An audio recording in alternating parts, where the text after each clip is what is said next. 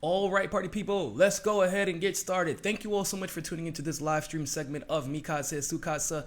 Did you miss me? Because I definitely missed you guys. I know it's been a while, but I was trying to enjoy my holiday vacation. I had some friends come down, as you all know by now. I did turn 30. My birthday was on December 27th. Yes, I am a Capricorn, and yes, I am a Capricorn dragon. Yes, I do believe in astrology because, well, in my opinion, it'd be silly not to. I can't even get up in the morning whenever the sun's not out. Okay? So imagine, having every star with a unique pattern of energy hitting you all at once and when you're born and you're the most vulnerable as far as your DNA is concerned. Of course it would alter you chemically. And that's why Capricorns are the greatest. But anyway, we had a couple of big announcements yesterday. There was a couple of big announcements. The one that got overshadowed is Kamala Harris because she announced she was going to run for president. However, I think she announced it on the late night show or the Tonight Show or the late night Tonight Show or the morning booty call night show. I don't know. They all pretty much, all those shows have the same function. But she announced. The problem is that nobody cared because guess who announced on the same night in case you missed it? Tulsi freaking Gabbard. Told you she was going to run. Glad she finally announced. For everybody who's wondering if it is good that she announced and is running despite the fact that Bernie Sanders is running, I'm doing another video covering that. So make sure you stay tuned. But this video is for Kamala. And everybody should watch this video. And by everybody, I'm talking to you black people. You're not about to hit us with that Obama stuff. Okay? We fell for it once. We can't fall for it again. I am your guide to fake blackness. If you want to know. If you want to know, people, if a black candidate has been invited to the cookout, I'm your guy. Okay? If you want to know if your black candidate actually listens to hip hop music and is not just pretending, I'm just saying, the Cory Bookers of the world, the Kamala Harris of the world, Eric Holders, Obamas, I'm your guy. I'll let you know, if they're using like that regular white people hair wash or they're using some Vaseline on they bones. Like if you're black, you know what Vaseline does for you. Did their auntie make them drink castor oil every time they got sick? That's the type of stuff I'll let you know. So I'm your one-stop shop, okay? So, and today, we're going to pull the mask off of Kamala Harris. We'll try to make this as quick as possible because there's literally so much to run through with Kamala Harris that it would take probably an hour and a half segment to get through it all. But for time's sake, we're going to try to breeze through this. Kamala Harris is dangerous on a lot of different levels. One, it's because she came out the gate as far as the public is concerned, the national public, not California. California already knows about her. But as far as the public is concerned, she came out the gate pretending to be a progressive. One of the first comments she made was that, of course, I back Medicare for all. At first, it was like, she was like, we're going to preserve the ACA. And then she realized, okay, that's not going to get me into office. So basically, what I'm going to do is I'm going to look at Bernie Sanders and do and say whatever Bernie Sanders says. I'm going to mimic him. That's what Cory Booker tried to do. That's what Kirsten Gillibrand's trying to do. Kamala just has happened to be the best at it. There's a reason they call her Kamala the Chameleon. Because when it was time for her to blend in with the conservative crowd, she was able to do so. When it was time for her to blend into the black crowd, which many of you may not understand, when she went to Howard University and finally had a black American experience, it was a seamless transition for her. And no one questioned the fact that she actually wasn't really an American. As far, she was born here, lived here for about 2 years, moved to Canada, did not have her black father in her life, was raised by her Indian mother, was raised mostly conservative, Southeast Asian, but in Canada, she has no connection to the black experience, and it shows in her policy advocacy. Now, what do I mean by that? Now, before Kamala Harris was a senator, she was an attorney general in California. That was, she kind of got put there because her sugar daddy hooked her up. And Californians can tell you more about that. But while she was attorney general, 10 police groups donated to her reelection campaign. If you've ever wondered why they call Kamala the cop, now you know why. But it gets deeper, because not only did 10 police groups donate to her reelection campaign, but at least a dozen law enforcement groups also endorsed her. Now, if you're really against the prison industrial complex like Kamala likes to pretend she is in her tweets, why would a dozen law enforcement groups, endorse you? Why would 10 police groups donate to your campaign? Well, maybe it's because Kamala Harris single-handedly increased the rate for drug convictions from 50% to 76% in the course of 3 years.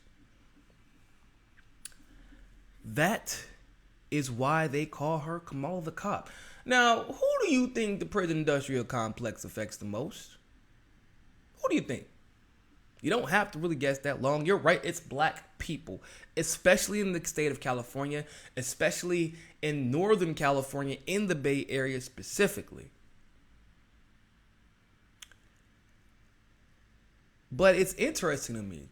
Kamala Harris has played the black card pretty much her entire tenure as senator. I wonder why that is. Maybe she's hoping that nobody goes back and does a little bit of history checking. It's not that hard. She increased the drug rate from 50% to 76% in the course of 3 years. That means almost every single person that was prosecuted for drug dealing, inhaling a puff of marijuana, maybe you had a joint in your car, maybe you had some paraphernalia, but she increased that from 50% to 76%. Mind you, right after her tenure, well, I think it was during her tenure, maybe the latter part of her tenure, it became legal.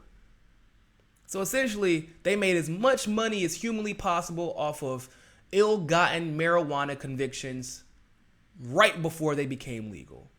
And Kamala Harris was the main instrument of those convictions.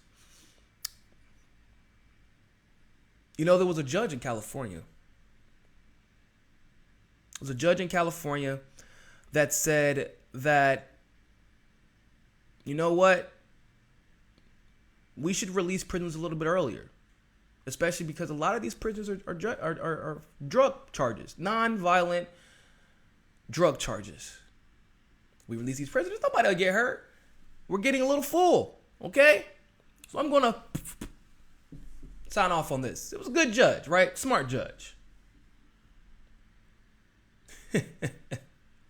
Guess what Kamala's attorneys did while she was attorney general?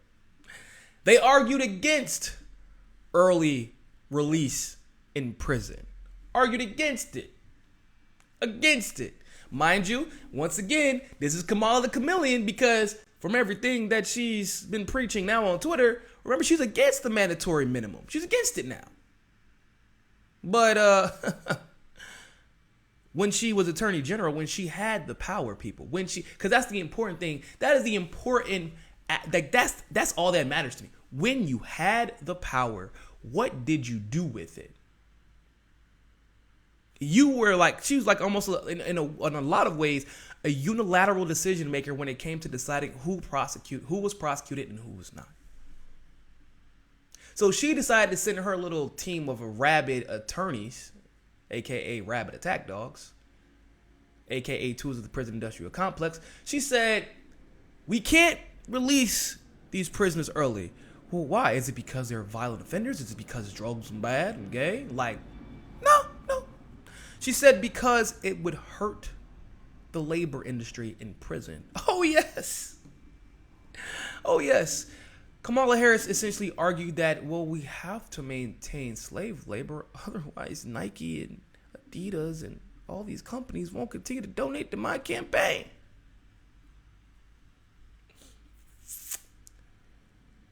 I wonder if that's why a dozen law enforcement agencies endorsed her and 10 police groups donated to her campaign. Make sure you're sharing this, by the way. Like I said, this video is probably one of the most important videos of 2020, because if we can get her beat in California, in her home state, she will have no choice but to drop out, because the narrative will forever be going forward that Kamala Harris isn't even popular enough to win her own state. How could she ever hope and dream to beat Donald Trump in the general election? That will be the narrative, because if she can't galvanize people, that is what lost Hillary Clinton the election, is the lack of the ability to galvanize people. And Kamala Harris simply does not have that, and we don't want her to gain that by letting her tell lies and nobody knowing about the truth. So please share this video. Make sure that if you want your comment read, we can do that. Just drop a little super chat. We'll get you read. So yeah. You know, remember how we all thought it was a good idea to have body cams on cops? It's part of this little practice that a lot of us have grown accustomed to, or actually we can't grow accustomed to it because in our government it seems to be none. But in our daily lives, we've grown accustomed to it. It's a little thing called accountability. You're taught it about 4 years old. When you say, you get told to stop tattletailing and worry about yourself, but make sure that you're always holding yourself accountable. Worry about yourself. Worry about your body cam. Don't worry about what that person's doing. If you're not breaking the law, then your body cam shouldn't matter, because it's for your protection and theirs. Everybody thought the body cams were a great idea except for police and Kamala Harris. What a surprise. Kamala Harris actually campaigned, not even campaign, I don't even say campaign. She was an attorney general. So she fought to make sure body cams were not a thing in California. Were not a thing in California.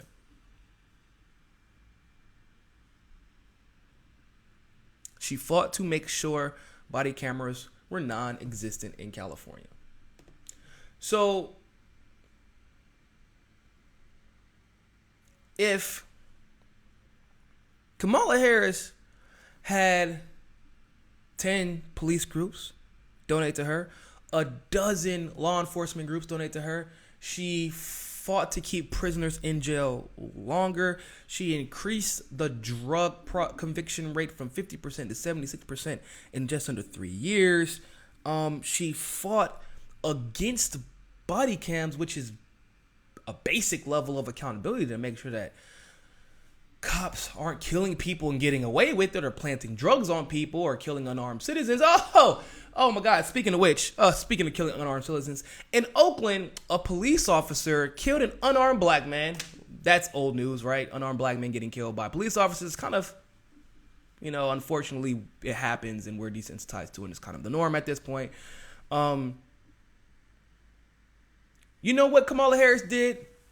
With all of her gravitas, with all of her conviction, with all of her love and experience with the black community, she decided to prosecute and put in jail the protesters who were mad that she didn't convict the cop. She didn't even send the cop to trial. She refused to try the cop that killed an unarmed black man, and instead decided to arrest and prosecute the protesters who were mad that she didn't do her job and prosecute the cop. Now, I wonder if this has anything to do with the fact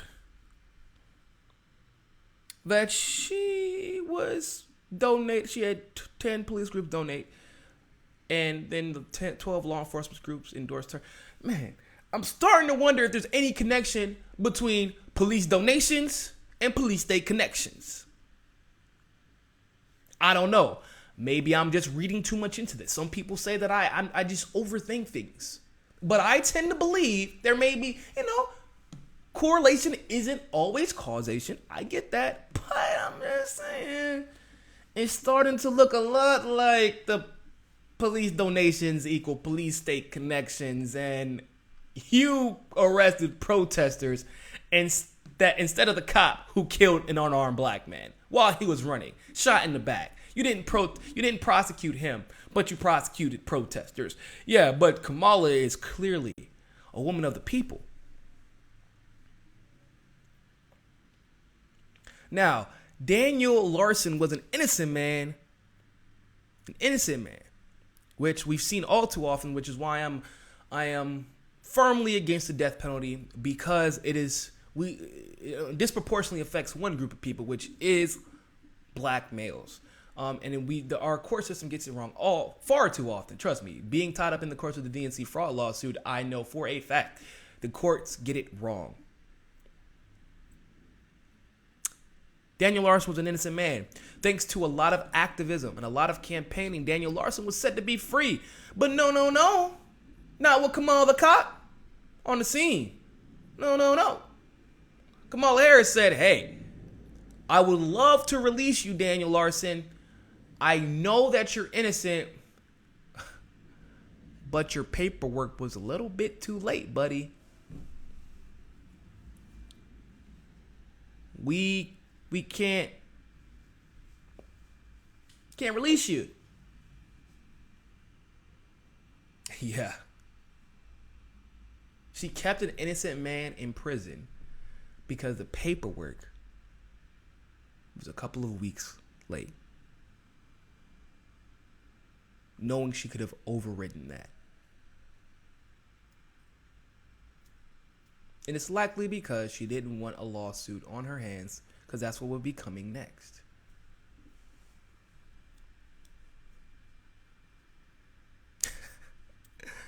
Man, first of all, wow, I can't believe this many people are watching so early in the morning. It's glad to see so many people up early on a Saturday morning. I'm glad to see that.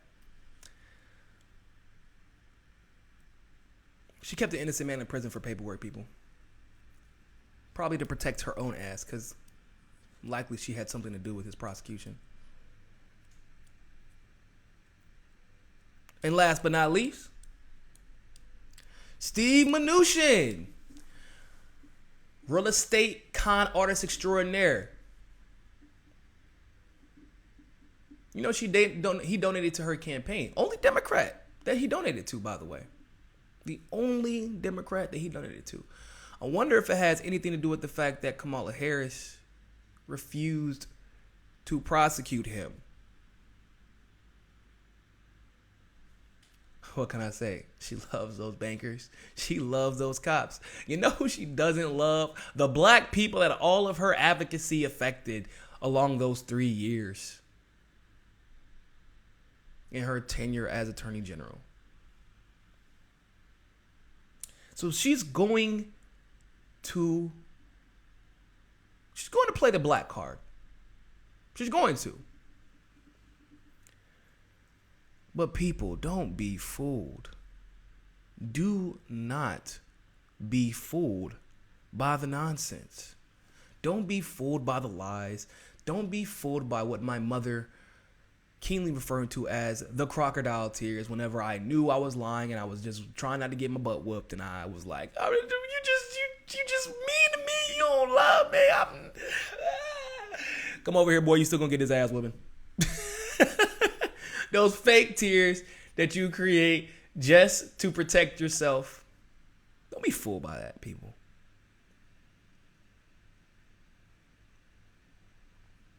Don't be fooled by her railing against civil asset forfeiture about 6 months ago, because while she was Attorney General and she actually fought against, while she was Attorney General in 2015, she helped to push civil asset forfeiture. 2011, while I believe she was still in the State House, she actually advocated for civil asset forfeiture because it was a bill being introduced to reduce it or get rid of it. She fought to make sure it stayed because Kamala was raised as a conservative, and being black doesn't make you a Democrat, nor does it make you a liberal, nor does it make you progressive.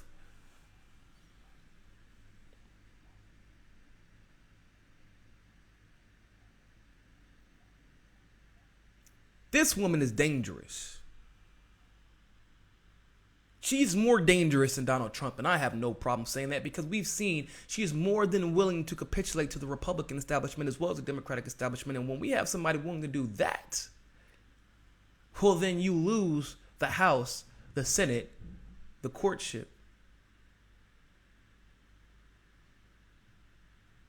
You lose the executive office eventually. All of them. You lose all of them to neoconservative, idiotic psychopaths and sociopaths. That's what we're at well, not right now. Luckily, the Democrats have the House back, so there's some semblance of balance. Some.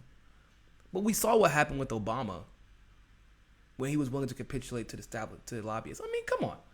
She met with Hillary's donors in the Hamptons. Like 2 years. She just won office.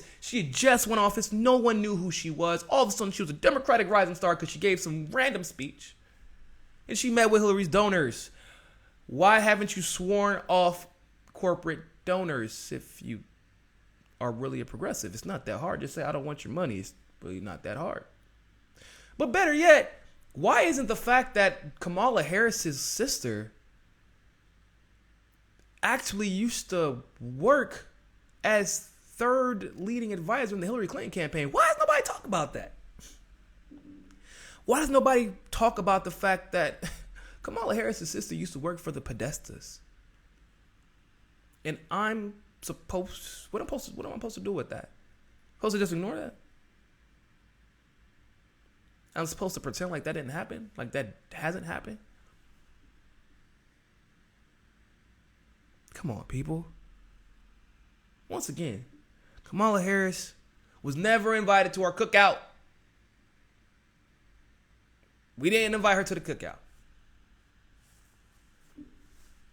Just letting y'all know. If y'all let her on the Breakfast Club, I'm going to be so pissed. Stop poisoning black people with these faux, aggressive, bullshit candidates who wish to use our blackness and weaponize it against us politically. Stop it, please.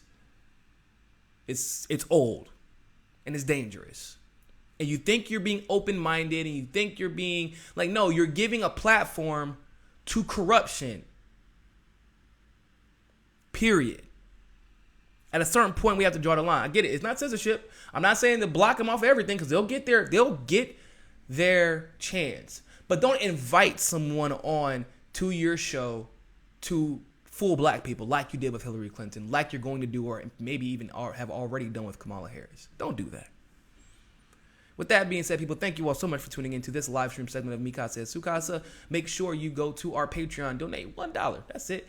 $1 bro. Won't take a lot. Just a little bit. Help the show keep growing. Help us keep doing this full time. And make sure you join us on Roku television as well. But more than anything else, always remember, find your balance. Peace.